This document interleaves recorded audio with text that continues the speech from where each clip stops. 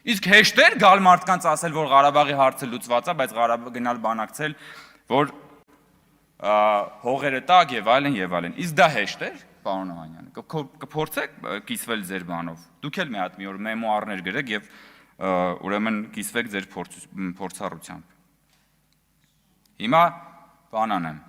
Անդրադառնամ արդեն նախորդ ելույթներին։ Ընդդիմադիր падգամավորներից, ճարտասաններից մեկը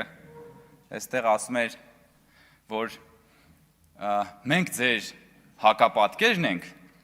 դրա համար դուք մեզ չեք ներում։ Այս ընդդիմադիր падգամավորը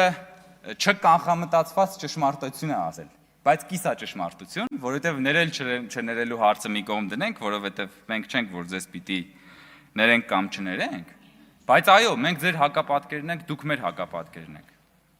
Որովհետև մենք ուզում ենք հասնել խաղաղության, դուք ուզում եք հասնել պատերազմի։ Մենք խոսում ենք ապագայից, դուք խոսում եք անցյալից։ Մենք ասում ենք Հայաստանը պիտի սահման ունենա, դուք ասում եք Հայաստանը պիտի սահման չունենա։ Դուք ասում եք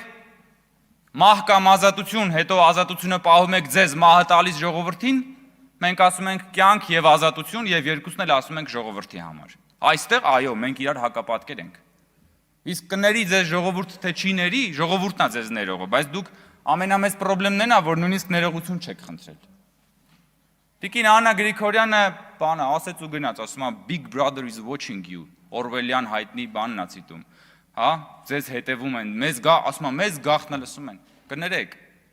պետք չի ձեզ գաղտնը լսել։ Ձեզ պետք է ընդհանրապես լսել։